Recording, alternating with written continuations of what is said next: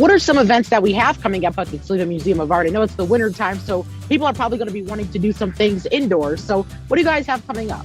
Well, we have an annual event. It's called the Great Escape. And it often happens within that period after the Christmas holiday up until the new year. And in years past, we've had a really robust offerings of local dance troupes and things of that sort. But this year we'll have a lighter version of that, really emphasizing our exhibitions. We have so many cool exhibitions. The one right now is the Age of Armor.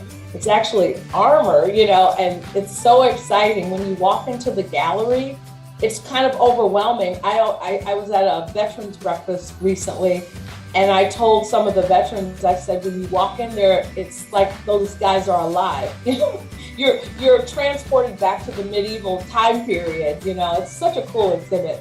And so we will have a few offerings in our cafe that day. We'll have some offerings in our store.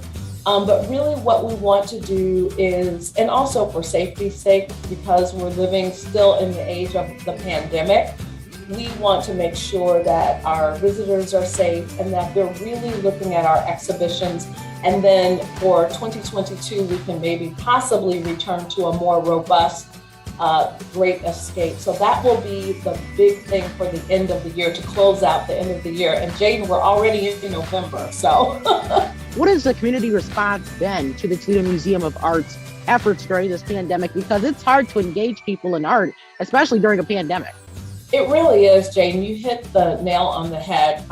Everyone, not just anchor institutions, nonprofits, schools, all of us, churches, we've all struggled with how to engage constituents during this time, or patrons or visitors. And it has been really one of those things where leadership has tried to think outside of the box. So it started even with the summer period. We were doing things, we said, if we can do these art activities in the summer indoors, why can't we do them outdoors where people feel safe? And we really had a great response. And of course, the big community engagement was John Legend. Just having him here, and that was very strategic as well. I think the whole city was calling us, and even calling my personal phone, saying, how do I get tickets? How can I get in? But that was one of those things that we're trying to do with our public programming. We're trying to do less quantity and more quality.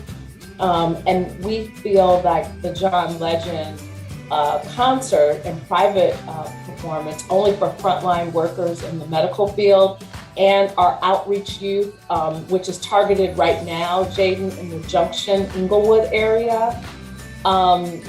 Those were the people that were invited. And how can people stay connected with the updates from the museum, as you guys are constantly updating and showing off some of the new things you guys have to offer?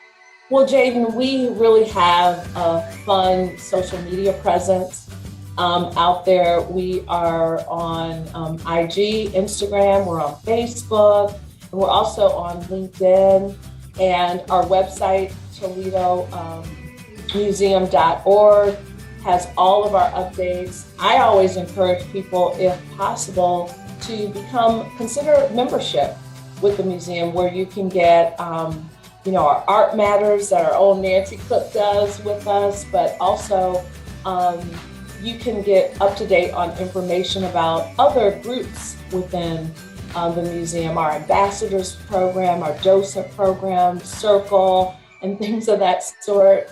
Rhonda Sewell of the Toledo Museum of Art, thank you so much for your time. Thank you, Jaden. Thank you. And with this week's Around T-Town, I'm Jaden Jefferson.